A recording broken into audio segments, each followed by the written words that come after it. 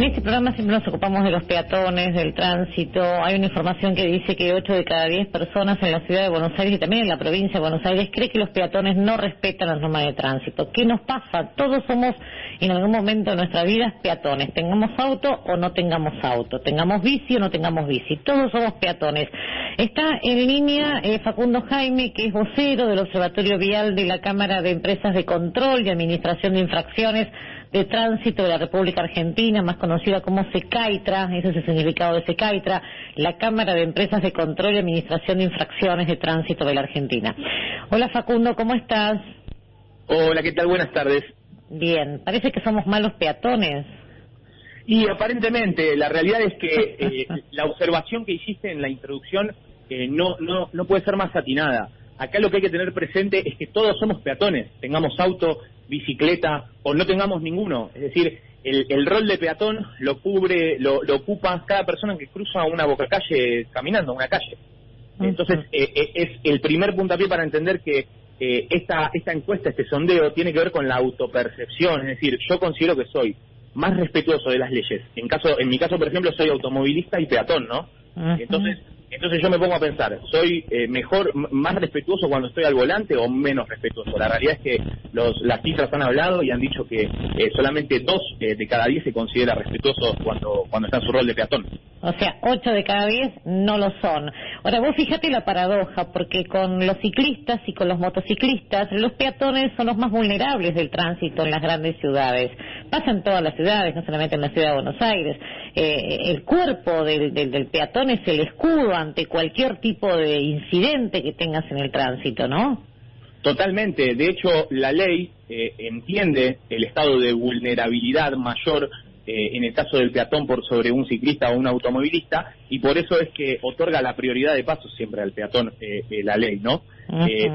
Pero también es muy interesante verlo desde la otra óptica. ¿Por qué? Porque es interesante para el análisis de estos dígitos que si la gente considera que siendo peatón es menos respetuosa, por contraposición, quienes son peatones y automovilistas son más respetuosos al volante. ¿Y eso por qué es? Porque claramente el vehículo, además de proteger, también puede lesionar. Entonces el incumplimiento de las normas puede devenir en lesiones o hechos viales o cuestiones que hay que tener en miras siempre para tratar de evitar.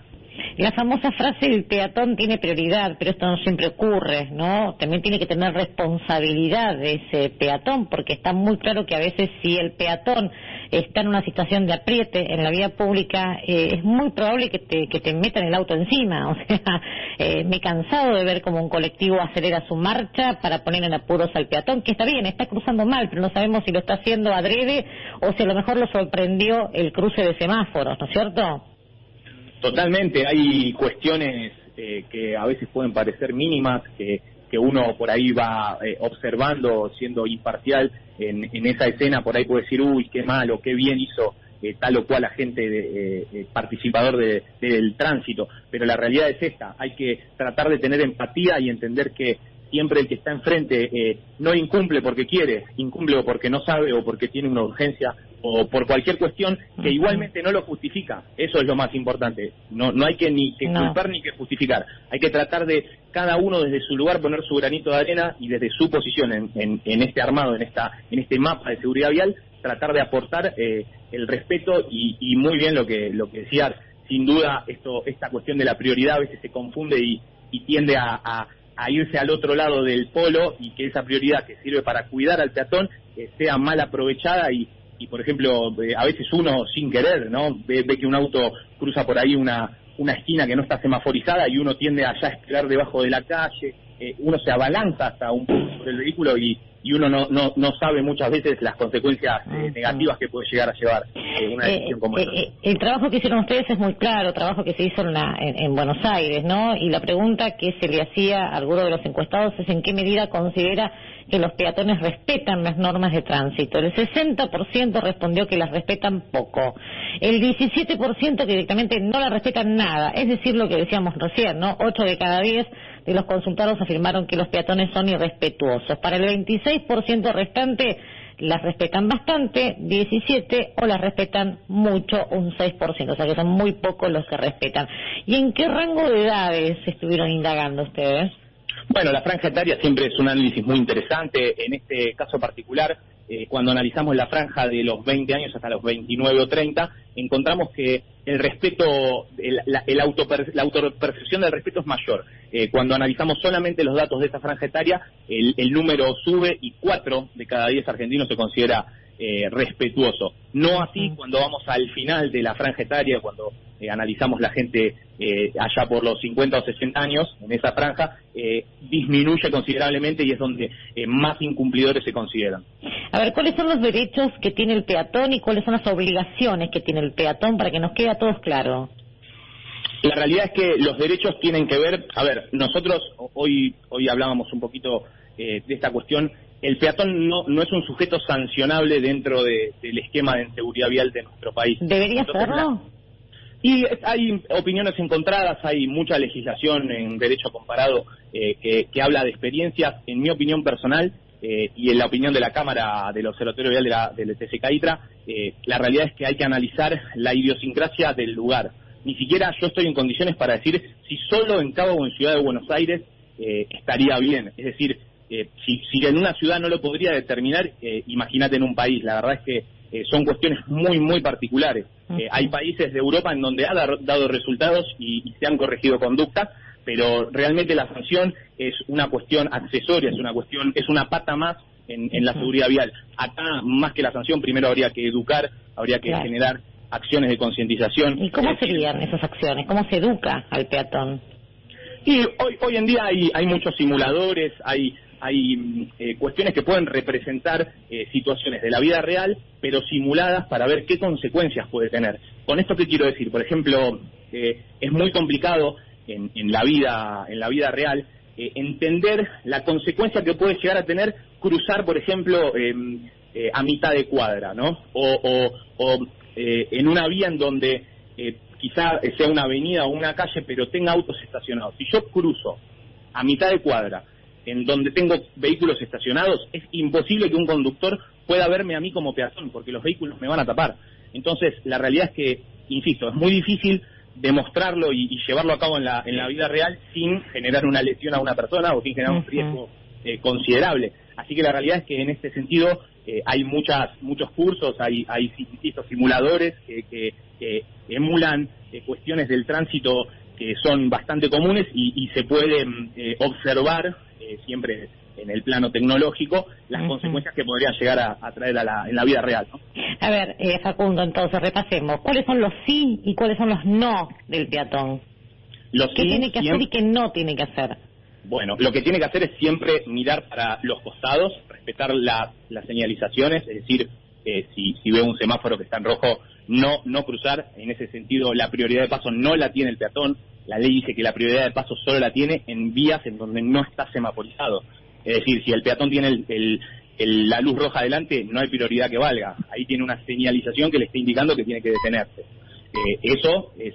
Bueno, ser respetuoso con el conductor, con el peatón que tengo al lado, con el ciclista. Esperar siempre sobre la calle. Cuando miramos para los costados, mirarlo sobre la calle, sobre la vereda, no sobre la acera.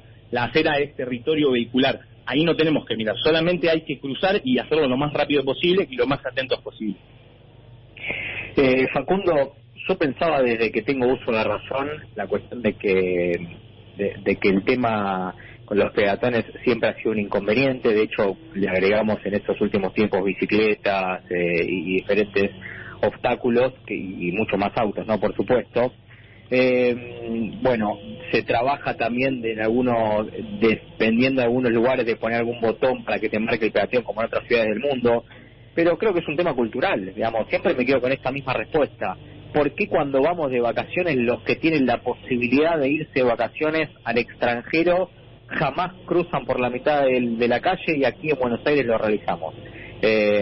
¿Cómo se puede trabajar desde ese aspecto? Porque me parece que pasa de raíz por ahí, ¿no?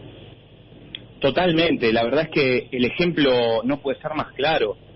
No es una exageración, esto pasa cuando la gente no está en su hábitat natural, por decir de alguna manera, tiende a adecuarse a las normas de ese hábitat extraño. Entonces muchas veces gente que en nuestro propio país no es cumplidora, va afuera y es inclusive hasta más cumplidora que los locales, ¿no? La realidad es que la manera de ejercitar tiene que ver neta y concretamente con educar, con enseñar a nuestros jóvenes, a nuestros hijos, a nuestros nietos, qué tienen que hacer y qué no. Son conductas diarias, es decir, cualquier persona para ir a comprar el pan tiene que cruzar una calle y es peatón. Entonces, desde la formación más pequeña, lo interesante es tratar de formar a las personas con estas ideas, no considerando estas pequeñas fallas como pequeñas, sino dándoles la entidad necesaria y entendiendo que para que haya un cambio de raíz, un cambio de idiosincrasia, esto tiene que venir desde la cuna. ¿Es imposible pensar en leyes con multa para aquellos que no cumplen en todos estos años? Realmente, insisto, en la seguridad vial, en la educación vial general, la sanción es una pata más. La sanción modifica, tiende a modificar conductas, pero la conducta, insisto, uno debería extrapolarlo por ahí a cuestiones que excedan al tránsito y a cuestiones más personales y pensar si, por ejemplo, un hijo cambia una conducta solo con un reto o hay que complementar con alguna cuestión más, ¿no? Yo sé que por ahí la metáfora no es del todo indicada, pero hay que tratar de pensar a la seguridad vial de esta manera. Nosotros, si nos analizamos como país, nuestro nacimiento en la seguridad vial es relativamente joven. Nosotros no somos un país que tiene una larga trayectoria en seguridad vial. Entonces, tenemos que entendernos y autopercibirnos como tales. Tenemos que entender que todavía estamos desarrollándonos y que todavía tenemos mucho camino por recorrer y mucho por mejorar. Facundo, muchas gracias. A ustedes.